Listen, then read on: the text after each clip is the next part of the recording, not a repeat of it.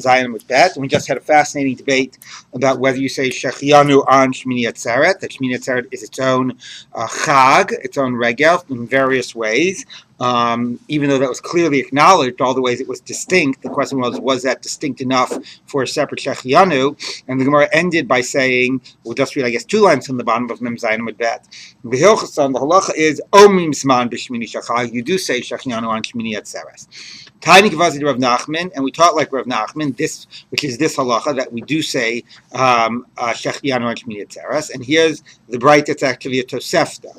Shmini regel b'fnei atzmo. Shmini is considered its own yantiv, its own holiday. Le'inyan pezer keshev, and here's a nice mnemonic: pezer keshev. What do these 6 things mean? Pei, zayin, reish, kuf, shin, bet. Each one stands for a way in which Shmini Atzeret is distinct. Number 1, pei. Payis b'fnei atzmo, its own lottery. What does this mean? They would do a lottery in the Beis HaMikdash. If you remember, on each group, the Kohanim were divided into 24 groups. Each group operated on a separate week. So every group would operate 2 weeks out of the year. But on the regalim, all of the groups would operate at the same time. And how would they therefore distribute the various korbanot that they would bring on the regalim if everybody's operating at the same time? They would have a lottery. For those who recently learned with us Yomi, you remember that they had a lottery even on a daily basis within the group, when even it was only one group, to decide who gets to do some of the early services of the day. But here they would also have a lottery in terms of distributing the korbanot of Musaf between the groups. Now, there were a lot of animals brought for the korbanot for Sukkot. It started with 13 bulls, 14 sheep, 2 rams, and so on.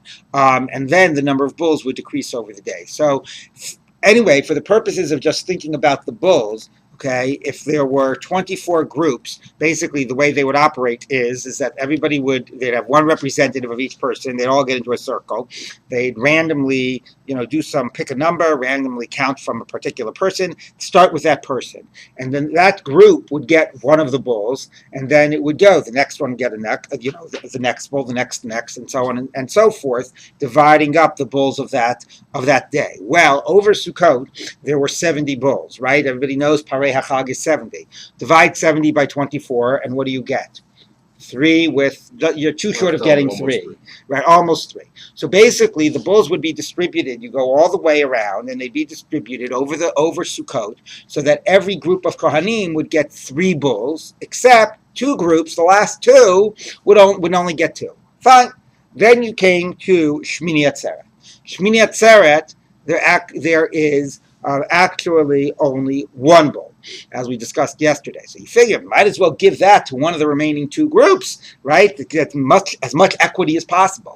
No, payis b'fnei atzmo, not because of the separate. It's basically an independent day. You do a completely new lottery, and somebody else, and whoever wins that lottery is going to get that bull, that group, and has nothing to do with a continuation of the past. So besides that, what we've seen, what the Gemara is going to mention in a minute, korban b'fnei atzmo, that just the nature of the korbanot, the animals are not part of the same series as what preceded. Even the question of, well, we might as well, continue where we left off for a certain degree of equity, that we're not doing. To start with a brand new payis. So that's the pay. Payis b'fnei atzmo. Zayin, zman b'fnei atzmo. That's what we've been discussing. It gets its own shechianu. Straightforward enough. Reish. Regel b'fnei atzmo. It's its own regel. That's a little bit of a tautology. Here are the 6 ways in which it's its own regel. It's its own regel.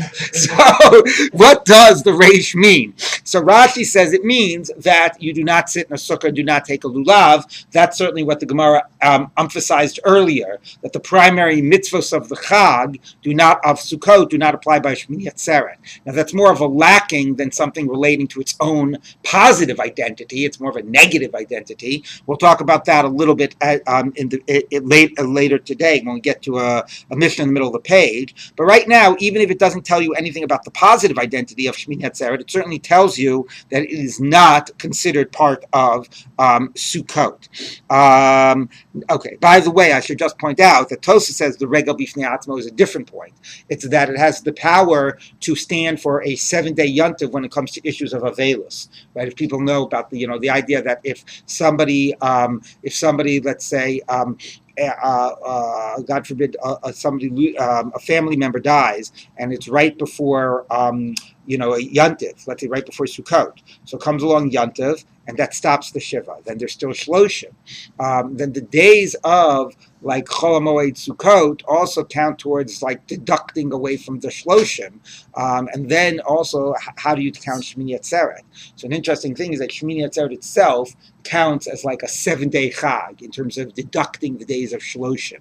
So there actually is a way in which the Shmini Atzeret itself counts as its own independent yontiv, and even like a 7-day yontiv for aspects of avelus. That's another interpretation Tosfos gives for the reish of Regel Bifnei Atzmo.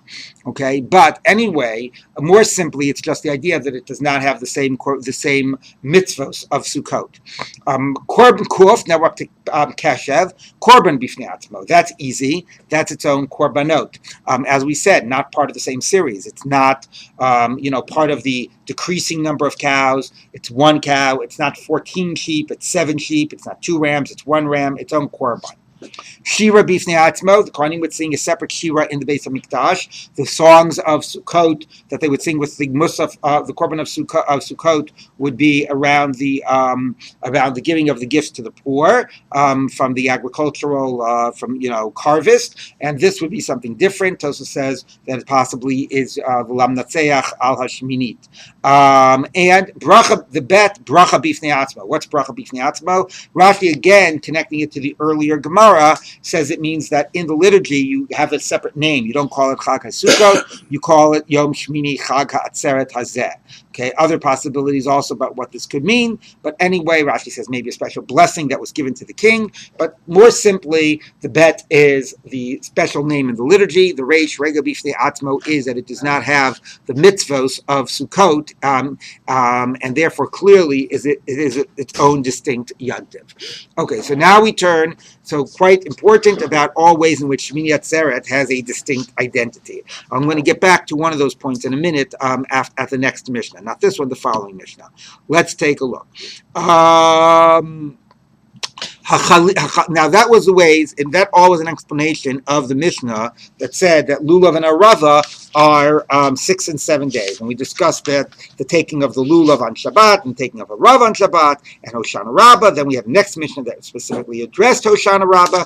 Then we were dealing with the end of Sukkot and Hoshana Rabbah, and are the Lulav and Esrog still Asr, Huktzal Mitzvaso, and that got us into the discussion about the status of these objects of mitzvah on Shmini Atzeres and the status of Shmini Atzeres to begin with. Now we're going back to the opening Mishnah, though, that talks about things that last X number of days during Sukkot, because there's so many different mitzvot and so many days. So we mentioned Lulav and Arava 6 and 7. Now we get to Hahalil v'Asimcha Shmona.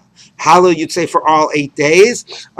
Sukkot in this way is distinct from Pesach. Pesach, according to the Ikar Hadin, you only say Hallel on the first day. Our minhag, of course, to say a half Hallel. The Gemara, notes the minhag, but to say a half Hallel on the rest of the days. But the full Hallel is only said on the first day of Pesach, where Sukkot it's every day. Every day is distinct. Gemara explains that that's based on the idea that it's different korbanot each day, so it's considered that every day has its distinct identity. So Hallel is 8 days, and Simcha is 8 days. Simcha of 8 days here does not mean Simcha space har Shoeva. We'll get to that. Simcha of 8 days here means the Simcha of bringing the Shlamim on Yontav. Shlamei Simcha was done for 8 days. Ketzad. Now, the focus is in on the Simcha, which is interesting. Oh my gosh, look at that. Thank you. It focuses on the Simcha because, as I said, there's a chiddush to the Hallel aspect as well, that Sukkot is distinct from Pesach. But it focuses, thank you, it focuses on the Simcha.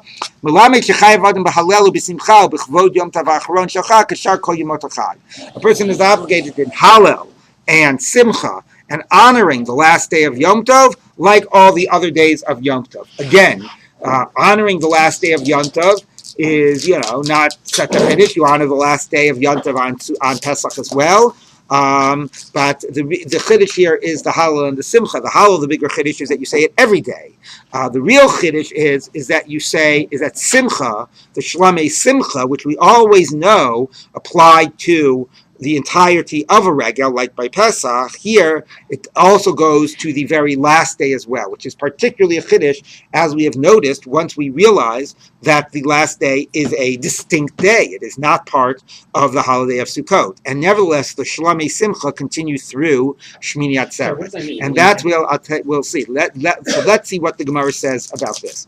Minani Mili. Where do we know this idea that the Shlamei Simcha continues through Shmini Atzeret? The Tanu Rabbanan, a rabbi's talk.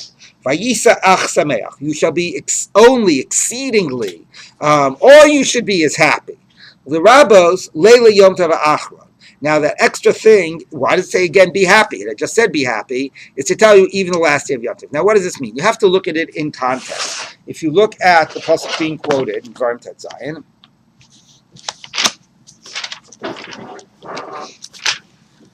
Okay, so it says, Chag HaSukkos, the end of verse 8, Taseh lecha shivas yamin, v'asbecha migonecha mikvecha. Notice what's not mentioned here. Shmini Atzeres, 7 days of Sukkot. V'samachta b'chagecha, atav v'incho v'itecha v'avdecha v'amasecha v'alevi v'ager v'yazom v'amana shev v'sharecha. Shivas yamin, tachog l'Hashem Elokecha b'makom asher yivcha Hashem.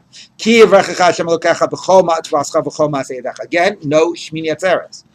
V'hayisa ach sameach.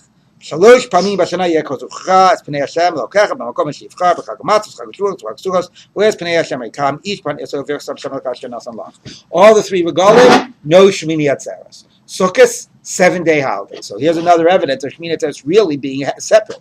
So the Gemara says, how do you know? Simcha applies to Shmini Atzeret. It says v'samachta b'chagecha after saying it's a 7-day chag. No mention of Shmini Atzeres. Shivas yamim. It says. So the answer is vayisa ach sameach. Only happy, even more happiness is coming to say even beyond Sukkot, even the day of Shmini Atzeret. Now, the language is Leila Yom Tov Achra. Why Leila Yom Tov Achra? You don't bring a korban at night if this is about Shlamei Simcha. So Rashi says, no, that's why also it's addressing, how do you say it includes Shmini Atzeres if the pasuk is talking about Sukkot? Because you brought the korban on Sukkot. You brought it on this day of Sukkot, on day 7.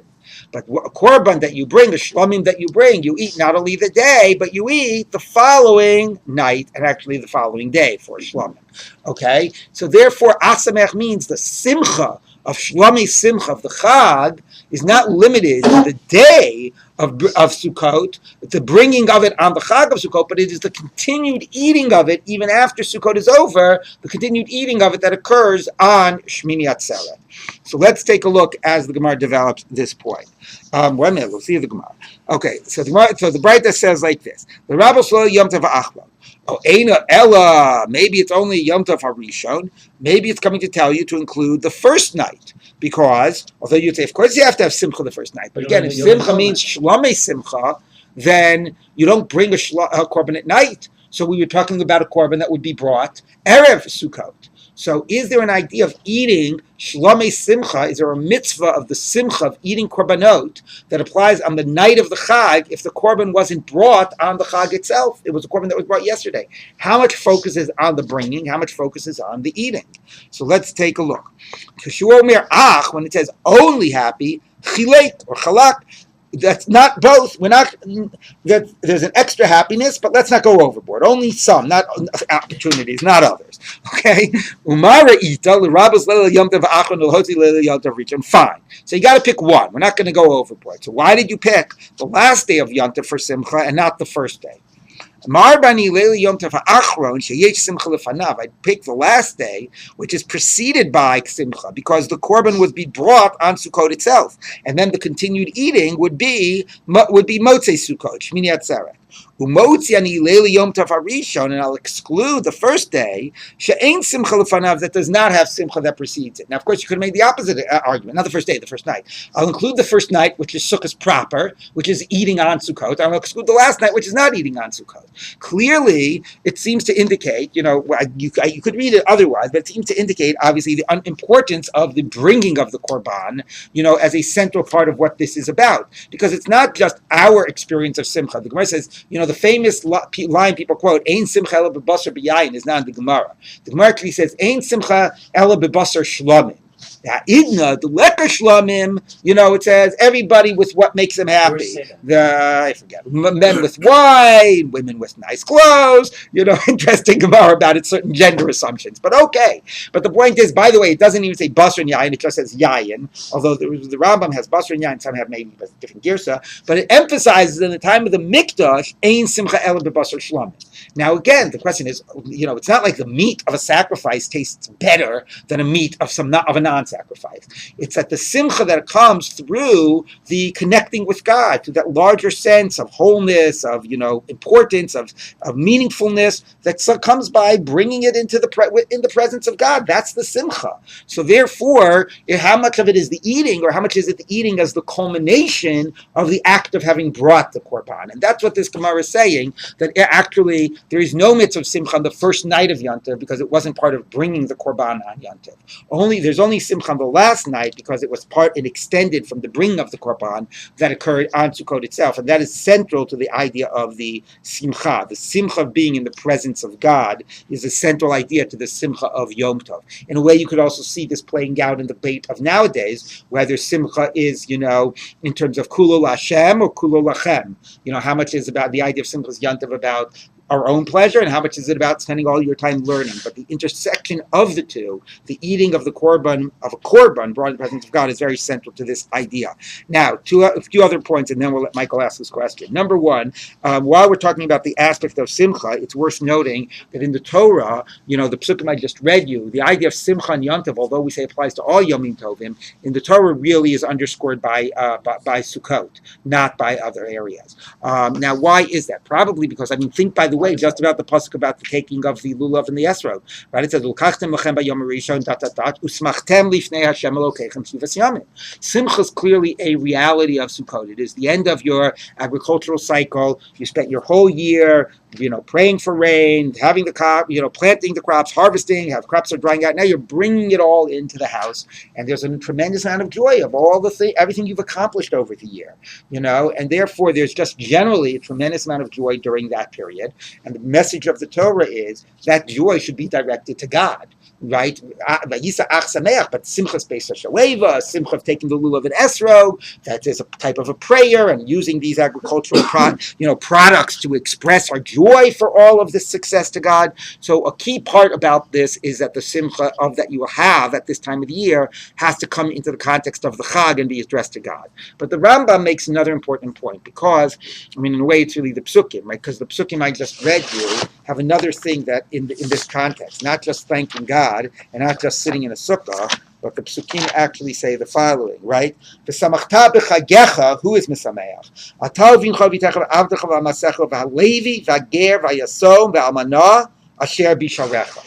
And these are the people who, as I mentioned before, in the centrality of the mitzvah of the matnos lani, of the in Purim, matnos avionim. Anyway, about the matnos aniyim, about the agricultural gifts to the poor, you're gathering it in, and things drop, and the leket and the shikha and all of that. These are the ones that at this time have to make sure that their needs are attended to. Everybody is so happy with all of their wealth and success. How about the people that don't have land and that don't have any of this, and making sure that they are attended to, and the obligations of matanos la'aniyim. So Rambam points out, connects these two ideas with the mitzvah of simcha. And I'll just read you very briefly from a very powerful Rambam. Hold on, let me just pull it up. That's what he says about Purim. So this is a Rambam that he says in general about the idea of Simchas Chag. It's in Hilchos Yom Tov. Hold on a second.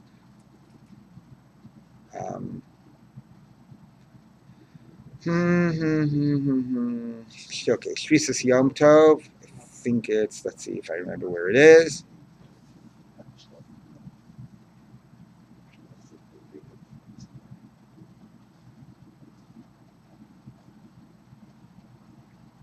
One second.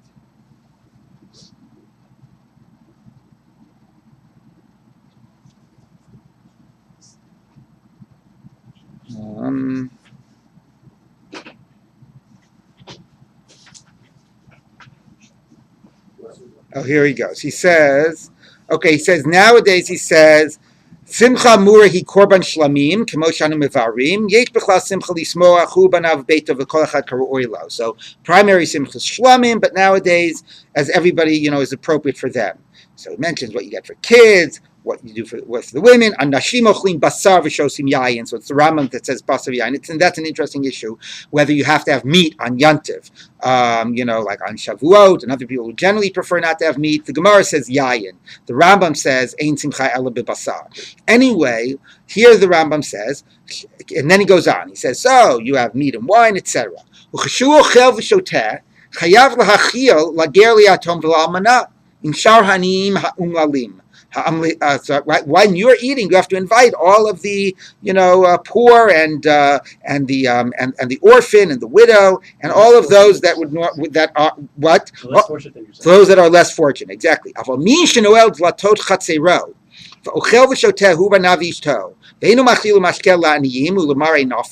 You lock your doors. You and your whole family are enjoying all of your sumptuous food, but you do not feed to any of the poor and the unfortunate. Ein zo simcha mitzvah ela simchat kreso.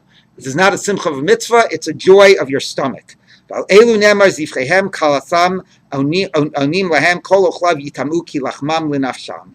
V'chsimcha kazu kalon hi lahem. This is an embarrassment. Shenemar v'zariti perish al pneichem perish chagechem.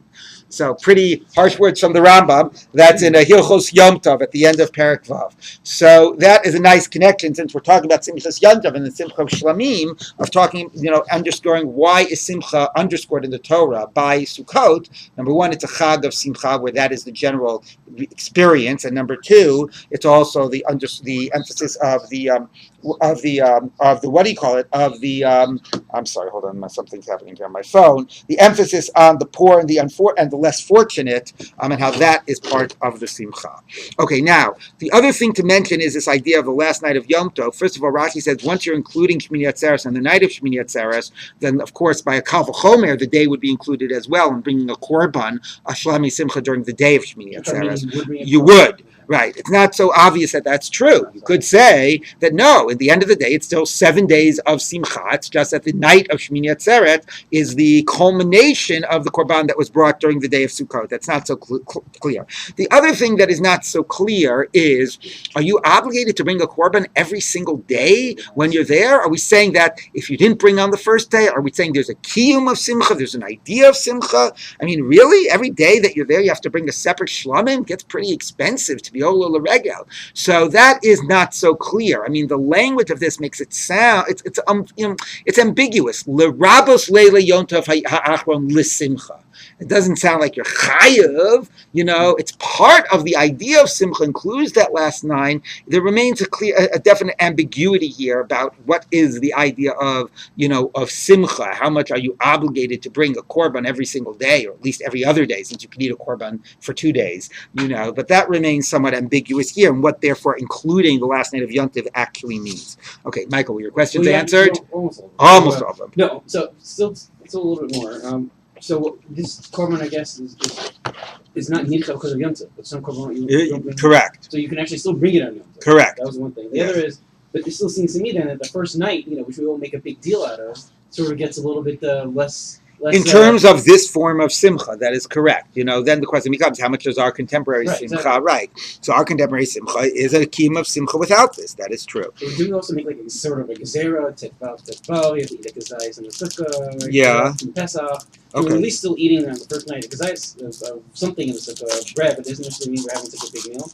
No. It's just the simcha of shlami simcha. When we have a different form of simcha, then that would apply the first night.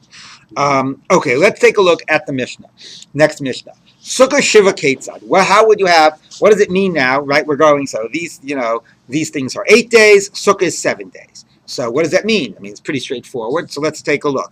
Gamar milechol, you're done eating on Hoshana Rabbah. You've had your last meal. You've had breakfast or something. You're not going to eat again till the night, till Shmini Atzeret. Lo yatir tzukato. Don't undo your sukkah because you might have to eat. You might want to eat some more before the day is over. Aval morida takelim min mincha lemala. From mincha time onwards, you start taking your stuff out of your sukkah into your house. To show honor of the last day. So this sounds like ideally you should be taking apart your sukkah, but since technically you can't because you need it around, you do the next best thing. Now, why is that important for the kvod yom tov ha'achron shachag? Well, the simple explanation is that you've got your bed up there and you've got your nice dishes up there, and you're going to need them for Shmini Atzeret in your house. So, in order to get your house ready for Shmini Atzeret, you got to get that stuff down. But the Mishnah, there's a subtext of something else going on. It sounds like there's an aspect of kvod yom tov ha'achron shachag by leaving your sukkah. Ideally, you should be taking apart your sukkah, except technically you can't because you might need it. Let's see how that idea is continued in the Gemara. Okay? Ein lo kelim lahorid mahu. If you don't have any vessels, and vessels here means like bedding as well, to bring into your house, what do you do? So the Gemara says, Ein lo kelim, you don't have any vessels, elaki shtamish my shtamish. What have you been using the whole week? What have you been sleeping on? What have you been eating off of? But notice, by the way, okay, that's a reasonable question, but notice, by the way, the funny nature of the assumption of the original statement. You don't have vessels to bring down, what do you do? It sounds like, again, like there's a point of showing that you're leaving your sukkah, right? Hey, what do you do? Who cares? So you don't have vessels to bring down. Okay, whatever. So maybe I've already got them in the house or something, or who knows. This idea that you need to be doing something to bring your vessels down indicates an assumption that there's an act you have to do to show you're abandoning the sukkah and moving into the house. And this is continued in the answer. So the Gemara first wants to understand, what does it mean you don't have vessels? What have you been using the week? So now it understands, no, actually, let's say you don't have any place in your house to bring it in. You have to be in your sukkah. I don't know, they're redoing your kitchen or something. You can't go back into your house. So what are you supposed to do? You can't leave your sukkah. So again, what's the problem? So okay, so you'll eat in your sukkah, which means it's. But let's see what the answer is. Rabbi Chia Barav or Barashi Amar Poches Ba'arba. You have to invalidate your sukkah. Make a hole in it 4 tfachim. That invalidates. So this asks why 4, why not 3, whatever. Invalidate your sukkah. Rabbi Yoshua ben Levi Omer, Madlik Basaner, light a candle in your sukkah. And we learned before that a small sukkah, you light a candle in it, you're not supposed to light a candle in it. Everybody's going to be anxious about the fire hazard. V'lo pligi, and they don't disagree. These are 2 different solutions for 2 different scenarios. Halan halahu. That's for them, this is for us. Meaning for those in Israel and those in Bavel. Why is there a difference? Because, as we just learned, those in Bavel, what do you have to do on Shmini Atzeret? You have to eat in the sukkah. So if you're in Israel, you don't have to eat in the sukkah on Shmini Atzeret. So you can invalidate it, make a big hole in it. But if you're in Bavel, if you're out of Israel, you need to eat in a sukkah, you can't make a big hole in it. But what do? You got to do something to show it's not really sukkahs. So you bring in and you light a candle, which normally is very unadvised, and it does not allow you to feel so comfortable in your sukkah because you're always anxious that a fire is going to break out. And that you do, even though you can't invalidate it, even though you have to eat in it, you still need to do something to undermine the significance of eating in the sukkah. Fascinating idea. Until now, all we've talked about is not making a bracha. Although we did say somebody who said an opinion that said don't eat in the sukkah. But now we're saying not making a bracha is not enough. You have to actually show it's not really sukkahs, that you don't really belong there. Let's keep on reading. Halan halu. Hateinach sukkah ketana. That's good for a small sukkah where a candle is disruptive. But sukkah gdola ma'ikal meimer, a big sukkah where you're not afraid that the candle is a fire hazard. You put it in the middle of a table. There's a lot of space around it. What are you going to do that would be comparable? So the mayo beimani michla. You bring dirty dishes into it. You leave all your dirty, smelly dishes in your sukkah. Dama Rava, because in general you would never do that for a sukkah. Because Rava has taught, mani michla bar mimit halasa, your dirty dishes you bring out of your sukkah. Mani mishtaya bimit halasa, your drinking glasses you can leave in a sukkah, right? When you're clearing the table, you want to get rid of the dishes right away. The glasses you don't have to remove right away. It's not so disgusting. It's not so bad. So this is a type of a thing you would normally never do during Sukkot. Leave your dirty dishes there. Here you leave your dirty dishes. Even if you're eating in Shmini Atzeret, you have to, even without a bracha, you have to show it isn't really Sukkot. You really don't belong here. Now, it's pretty funny. I don't know anybody, even those that have the minhag to eat, like myself, minhag, follow the Gemara, to say that you eat in a sukkah on Shmini Atzeret, that make a point of making it like uncomfortable, So I don't know. We don't exactly do this. But that being said, what the point I want to bring out, important about Shmini Atzeret, because to me, I have a very strong shita about what this Gemara indicates about Shmini Atzeret, because the assumption here that it's important for Shmini Atzeret not just that you have your bedding and your dishes in the house, it's important that you leave your sukkah, right? How do you show you're leaving your sukkah, says the Gemara, if you don't have what to take down? How if, even if you have to be in a sukkah, you're making it clear you've left your sukkah? And the idea that it's important to leave your sukkah for Kvod Yom Tov HaAchron. And to me, I think that this is a way of understanding what Shmini Atzeret is all about, right? Because everybody asks, what's the Yom Tov about? All the stuff about being regel bifnei atzmo, all the ways it's not Sukkot, it's all very lovely, it's not Sukkot. What is it? What is its identity? What is it supposed to be? So there's a very interesting Targum Unkelis. The Unkelis says on the pasuk, "B'yom hashmini atzeres tiyalachem." What does atzeres mean? Gathering in. Unkelis says on the B'yom hashmini, B'yom hatimnaya, atzarta min metalalaya lebeitaya. It should be a gathering in from your sukkah into your house. That he understands that the idea of Shmini Atzeret is the leaving of the sukkah and going into the house. It's the transition back into the home. Because if you think about it, as we all know, the hardest things in life are the follow-through, right? So you go to a conference and you have all these wonderful ideas you're going to bring back to work, and then as soon as the plane lands back where you're coming, they've forgotten all of them and you're back to the day-to-day, right? And so the whole idea is you've spent the entire Yomim Noraim about bringing God into your life. Right? And, Rosh Hashanah, Yom Kippur, going to the Kodesh Kodashim. Then we took the experience of the Kodesh Kodashim and we took it out of just the Kodesh Kodashim. And Sukkot we brought it into the Sukkah. Because so much as we discussed Sukkot is the idea of, of being in the presence of God, of the Ananei Kavod. The Gemara evokes the symbolism of the Kodesh Kodashim, of the Kruvim, of the Miluim, of being, God is right there. We've taken God, we brought God into our house, into the Sukkah. That is the move. We're trying to do the follow-through from Yom Kippur. But the thing is, it's a lot easier to have that type of a consciousness while you're there in the sukkah. The real challenge is now going back into your real house, by getting really back into the day-to-day and into the normal rhythms. How do you take God, how do you take that sense of the presence of God back with you in the rest of the year?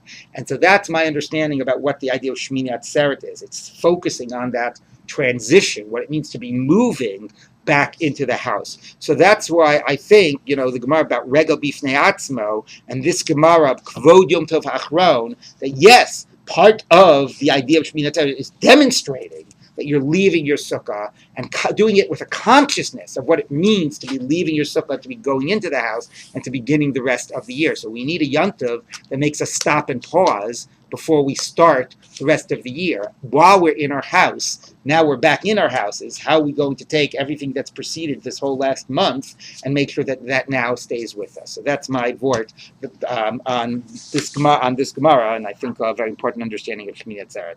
A couple of questions, Mike. No, yeah, it's really very interesting. I was thinking though that it just doesn't really seem to fit in with the last one. Oh, who cares? No. But we're showing though is if you're still in the sukkah, it's sort of like a negative act, right? But isn't that sort of whole game when you're enjoying the actual Yom Tov? So I'm sitting here and having my nice meal, but I'm looking at a bunch of dirty, smelly dishes. I assume it means in a somewhat of a symbolic way. You got to figure out how to strike the right balance, which is probably why we don't do it today. Yes. Yeah, that sheds a little light on the tefillah for leaving the sukkah. Right. And that casts a little bit of a. But what does the tefillah say? The tefillah doesn't really talk about the transition into the house. It just says we look forward to the messianic times when we'll all dwell in a sukkah, right? Yeah. I have to figure out if I can tie that tefillah into my explanation. I don't know. I think this is the first time we've seen the lashon of lahori. Usually it's lahachnis or lahotzi. Well, the assumption is, I think we have had it once before. I think it is because, as Rashi points out, the assumption that the sukkah is on the roof, so you're bringing it down into your house. Yes. And also we had all that discussion of shechianu and Yes. now the language of kelim. Yes. So we say shechianu and keli is like a piece of clothing. Yeah. The chachamim have like a broader, like if I bought a new pot. Yeah. Well, again, the person is, in theory, it depends how much of a simcha it is. There was not a clear categorization of that. All right, let's take a look now at the next Mishnah. Nisuch hamayim ketzad. Pouring of the water is for 7 days. Okay, so now we're going to discuss the pouring of the water that they did with the morning sacrifice on Sukkot. How was that done? Sluchis shel zahav machazekes shlosha lugim. So a a golden vessel or pitcher that contained 3 log of water. A log is here's the best way that I remember how much these things are. A revius is our minimum size of like a kiddush cup, is about 3.5 ounces. A revius is a quarter of a log. So a log is about 14 ounces. So 3 log is 42 ounces, which is like what? Which is a little bit more than half of one of those 2-liter bottles of soda, right? Those are like 70 something ounces, whatever. Anyway, so that's 3 log. Okay. So they would fill it up from the shiloach, which has a wellspring outside of the Beit Hamikdash. They came to the gate of the water, which was on the south side of the Beit Hamikdash, near the ramp towards the altar. Tiku v'riu v'tiku. They did tkiya through tkiya. We saw that before, that they did that by the arava. So all these rituals in the mikdash, particularly these ones that are all around water, and so much about Sukkot is about prayer for water. Anyway, so they did a tkiya through a tkiya with these rituals. Alabakevesh, the Kohen went up the ramp. Ufanali smolo, he turned left. Shnei sfalim shel kesef hayasham. Even though normally you turn right. We'll discuss that in the Gemara. And there were 2 funnels of silver. Rabbi Yehuda Omer shel sid hayu. They were actually made out of plaster. Elishayu mushcharim pneihem mipnei hayayin. But they looked black and they looked silver because of the wine that was poured down them. Uminukavim k'min shnei chotamim dakim. And they had holes in them like 2 thin nostrils. Echad mu'uvev, echad dak. One was thicker and one thinner, which Rashi says to mean one was a larger hole, and the other was a thinner hole. Because you're going to pour both the wine and the water. Wine you brought every single day with korbanot. Water was brought only 7 days of the year, only on Sukkot. Okay, and the water was brought with the morning tamid. So, and you would pour the wine and the water that you're bringing with the morning tamid at the same time into the 2 different funnels. One of the funnels was only used 7 times a year. Of these 2 funnels, one of them only was for water. So you poured the 2, and they wanted the wine and the water to, flow through the funnels and to finish at the same time. So therefore, you had them different thicknesses, the openings were different sizes, because wine is more viscous than water. So therefore, you want a wider opening for the wine, because it's the same quantity of liquid, so that if you want the wine and the water to go down at the same rate. The east one was water, the west one was water, the east one was wine. I'll just draw quickly the picture here, right? Here's your Mikdash, here's east, north, south, west. Okay, actually here, let's draw like this. Okay, here's your whatever, Aaron. Okay, so here's your food line, fine. Here is the altar, here's your ramp. Okay, now the opening was in the south. So somewhere it was opening here, which was the Shar Hamayim. So they came in through here, went up the ramp, okay, and now he went to left because he's going to do it on this corner. All right, so normally you turn right, but that's going the long way around. He went the short way around, and there were 2 funnels at the corner. So you'll sort of look now, assume that we have our altar. Okay, fine. Anyway, so here he is. Okay, he's at this corner, and there are 2 funnels. There's one on one at the east, and one more western. Okay, so he's at this corner, okay, and he's pouring the wine into the funnels. All right, so it says, Achas shel, where were we? Okay, Achas maravot shel mayim, the one in the west, closer to the the ulam over here. Right, was the one for the wine. Where was he? No, Shamayim. Was one for the water. Mizracho, the one on the east. Shel Yayin. Now, either Shamayim l'tosh Shel Yayin, Shel Yayin l'tosh Shamayim. If accidentally he poured the water into the wine one or the wine into the water one, so Yatzah, it's still fine. Rabbi Yehuda Omer. Rabbi Yehuda said, "Belog hayemenasech." 2 ways he disagrees. It was not 3 log of water, it was only 1 log, and it was not 7 days, it was all 8 days, including Shmini Atzeret. And to the guy who was pouring the water, they said to him, lift up your hand, let's see you pour the water, and let's see you pour it into the funnel.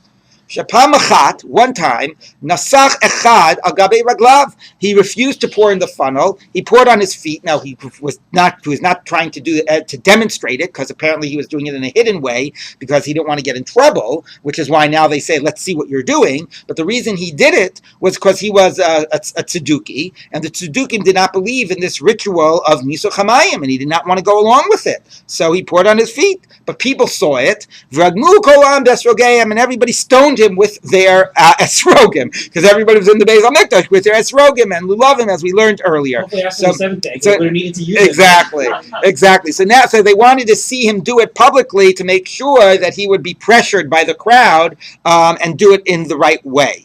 Okay. He would do on the week, like he did on the weekday, he would do on Shabbat, the pouring of the water. But you can't draw the water from outside of the Beis Hamikdash and bring it in to and bring it in. You'd be carrying. So Erev Shabbat, you would fill it in a barrel that was not sanctified. The reason you would do it not sanctified is if the water became sanctified by being in the barrel, it would become invalid by spending over the night. Pasul belina. So therefore, you do not want to sanctify the water yet, because you have to take care of this Friday afternoon. Okay, okay, umanicha belishka, and they would keep it in the lishka in the mikdash, and then on the actual day of Shabbat, they would take from that barrel. Nishpacha, if that barrel spilled, or nitgalta, or it was uncovered, and the Gemara has a problem with gilui, uncovered water, because it's concerned that it becomes poisonous and snakes spring from it and so on. We'll discuss that. So if you can't use this water, you would fill it from the kior, which is the laver, the place where the kohanim would wash their hands, because uncovered water and wine would be invalid, so they would get it from the kior, right? You'd have the whole like a laver here where they would wash their hands, where was it? Anyway, where they would wash their hands, and it would be there. On the downside is it was not be flowing water. The idea of, as we're going to see, it's going to quote the pasuk, which is Ushafta mayim b'sasal mi mayanei hayeshua, and of course the sort of symbolism of flowing and water. Obviously, there's a prayer for water, but certainly nowadays, and I imagine always, the idea, the metaphor of water as like the flowing of divine, effluence and kedusha and so on, shefa. So obviously, you want flowing water. If you went from the kior, it was connected to a underground well. So, but that's what you would do if you would have to, but that was only a backup. Ideally, they would have drawn the water from the day before from the shiloah. Okay. From the kior.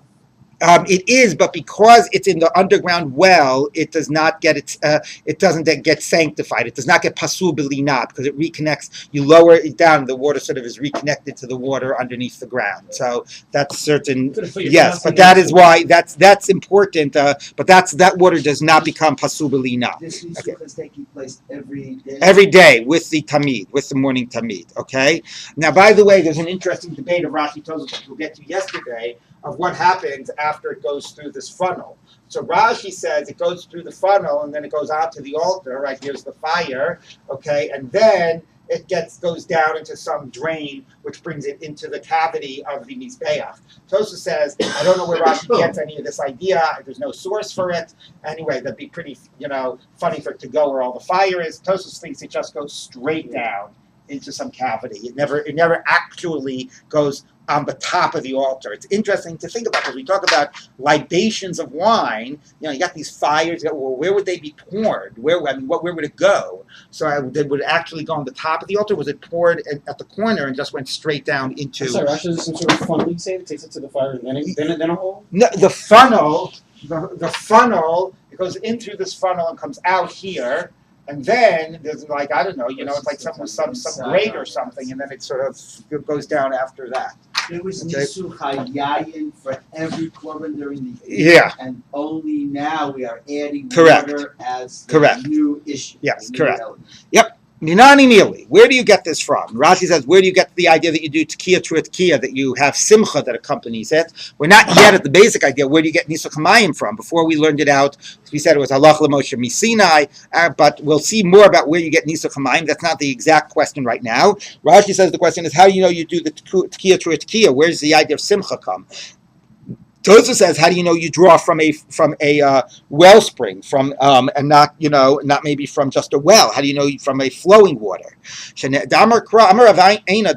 verse says, "Ushaftamayim bisason mi mayinei hayeshua." So Rashi says the drash is on bisason with joy, and therefore you do the tekiah through a tekiah. And Tosa says it's mi mayinei hayeshua, and therefore you do it from a stream. Who says that the Sasson is tekiah? I don't know. All right, fine. I don't know. How do Trey Mine? Now there were these two heretics. Anytime the Gemara says heretics, it very often, if not always, refers to Jewish Christians. So there's actually a good book called from many years ago called Jesus and Christianity in the Talmud by this guy Harvard. Can't pronounce his name. Travis, I think. Anyway, he's Travis. Actually, Hartford Travis? Hereford Travis. He was a priest or a minister. I forget which one. Anyway, but he did a very good job collecting all the references in the Bavli and the Yerushalmi, even stuff that had been censored out on Jesus and Christianity, and he just gives like a historical context for it, and what type of allusions and what the references were and so on. This particular Gemara, I do not know how to translate in terms of some Christian context, but let's take a look. Okay, so there were these two minim, these two heretics. Chad Shmei Sason, one's name was Sason. The Chad Shmei Simcha, and one's name was Simcha. Arnolei Sason was Simcha, so Sason said to Simcha, Ana difa minach, I'm greater than you. Tichsiv, Sason v'Simcha yasigu, they will achieve Sason and Simcha. See, so Sason got mentioned first. Arnolei Simcha l'Sason, Simcha said back to Sason, no, Ana difa minach, I'm better than you. Tichsiv, Simcha v'Sason, la Yehudim, Simcha and Sason came to the Jews. Amarlei, I know. Amarlei, Sason l'Simcha, so Sason said to Simcha, Chad yom shavkuch v'shavyuch farvanta. One day they're going to abandon you, kick you out of your status in heaven, and make you some like runner, that goes in front of the king. Dichsiv ki b'simcha teitzeu. With simcha they will go out. You'll be like the guy who runs in front of the troops or whatever, or runs in front of the king's retinue. Amalei Simcha l'Sason. So Simcha said back to Sason, Chad Yom Shavkuch, one day you'll be abandoned. Umalu b'chamaya. They'll turn you into some type of a flask, and they'll fill you with water. Tichsiv u'shavte mayim b'Sason. You will draw water with Sason. It's like bird Torah. It's good timing. So Amalei Ahu Mina Tishmei Sason Rabbi Yavo. So for particular meaning, his name was Shason, presumably the same guy. I don't know. Said to Rabbi Yavo, in the world to come, you will be my water drawers. You Jews, let's say, will draw water for me. Because the verse says, you will draw water. He read it for Sason, for me. Amarle, he said back to me, we'll draw water for Sason. Then it will be like you said. Now that it says we'll draw water with Sason, the skin of that man, your skin, will make into a flask, and we'll use that to fill water. So that's what it means, So Rabbi Avo often had these discussions with the minim. Again, very little funny interlude. I have no idea what it has to do with being a min, other than being a troublemaker. But the first story was just being silly. So, it's a way of poking fun at the minim. Yeah. Pagan. Yeah. He lived in a pagan city. Interesting. They tried to, the Gemara trying to say, this is how we do. They come up with these ridiculous scriptural. Yeah, I mean, a general undermining of the whole enterprise of their attempt to understand Scripture and use Scripture. That could be, because obviously Jewish Christians, the whole idea was to find support, in Scripture for their religion and for their philosophy. So you could be right. It could be just a general mocking of their whole enterprise. They don't understand Psukim. They don't know how to read Psukim. They're just foolish. What? Particularly in regard to Mitzvah Hamayim, which is not in the Psukim, right? That's interesting too, right? Okay. Allah Bakevish funnily smolo went up the ramp and turned left as opposed to the normal turning right. Went straight to the corner you needed. Tanur Banan Kola Olim Lamizbeach. Anybody goes up in the altar. Olim Derech Yamin. You go up on the right side of the ramp. Umakivim Yodim Derech Smol, and you come down on the left side of the ramp. So it's not England. All traffic is on the right. Chutz Mina Ola Lishloshad Dvarim, except for going up for three things. Halalu Sha'olim Derech Smol v'Chodim Malakev. You go up on the left. You make an immediate left turn, and then you turn around and come back down. The elu hein, and for these three, nisu chamayim v'nisu chayayin, the pouring of the wine and the water. Talk about Christianity, wine and water. V'olos ha'of tisharab sabim yisrach. And if there's too much bird olot in the east, normally the bird ola would be here and the bird chatas would be here, but bird olas were very frequently brought. It was a way to bring a cheap korban, right? I mean, a bird costs very little. So if there was too many olas here, you'd bring the overflow here. So for bird olas and for the pouring, rather than going all the way around, you made an immediate left. Now Rashi says it's not just we want to save you the effort. It's still more, we want the traffic. We always want people moving to the right. We want to keep the flow of traffic the same. There's a religious idea of turning to the right, not turning to the left. But we let you go straight to that corner because there's so much smoke in that area that the bird will die. Because the bird, it's not a big cow. The bird will die from smoke inhalation. And the wine and the water will get smoky and will not be appropriate to be using. So that's why we let you make an immediate left. Everyone, not just the one on the hog, right? Yeah. Anytime you had to bring a bird ola here. The reason we say a bird ola is that the bird chatas was done on the floor. Right. The ola was done at the top. So anytime you need to bring a bird ola or anytime you need to do a nisuch, you can make an immediate left. Okay, so let's keep on going.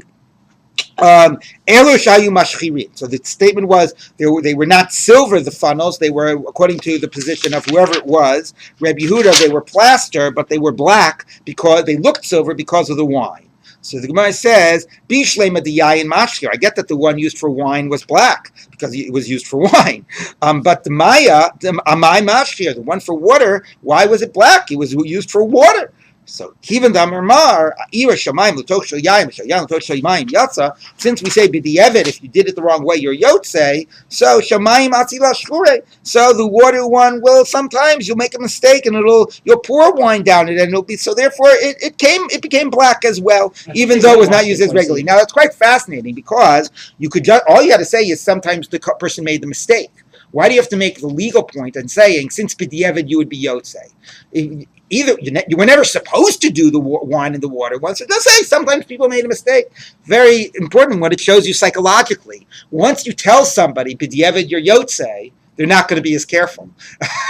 So it is greater likelihood you'll make a mistake now that you were told that b'di'evet it's not so bad. B'di'evet you'd be yotzei. I don't know. Okay, so it's during the interims of that time.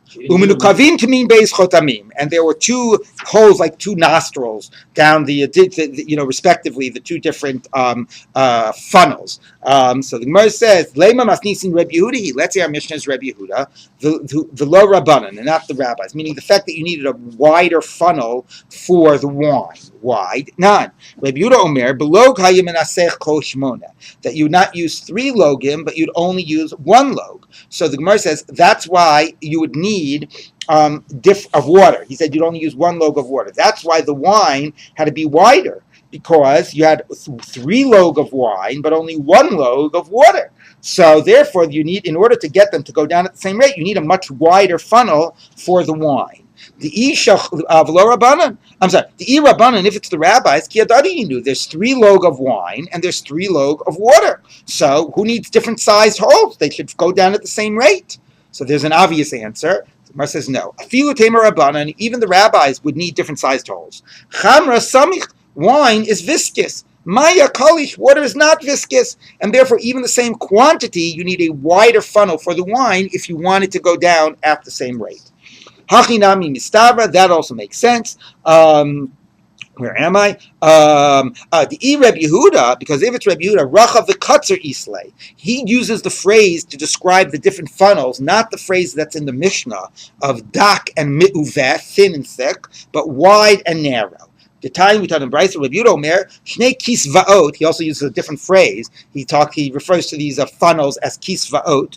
2 kisvaot hayusham, echad shamayim v'echad shayayin, 1 of wine, 1 of water. So yayin pia rachav, the wine one had a wide opening. Shamayim pia katzar, and the water one a narrow opening. So he uses the phrase rachav and katzar, whereas our Mishnah used the phrase mi'uveh and dak. So Kidei Shu Shneim Kad Vasachas, and they were different openings, so that it would run out at the same time. So Shema Mina, that is a good proof that clearly our Mishnah is not Reb Yehuda. It uses different terminology, but even as the Rabbanan and even the same quantity, you need different sized holes in order so that because they're different viscosities, so that is enough of a reason to have different sized holes in order that it should all pour out at the same time.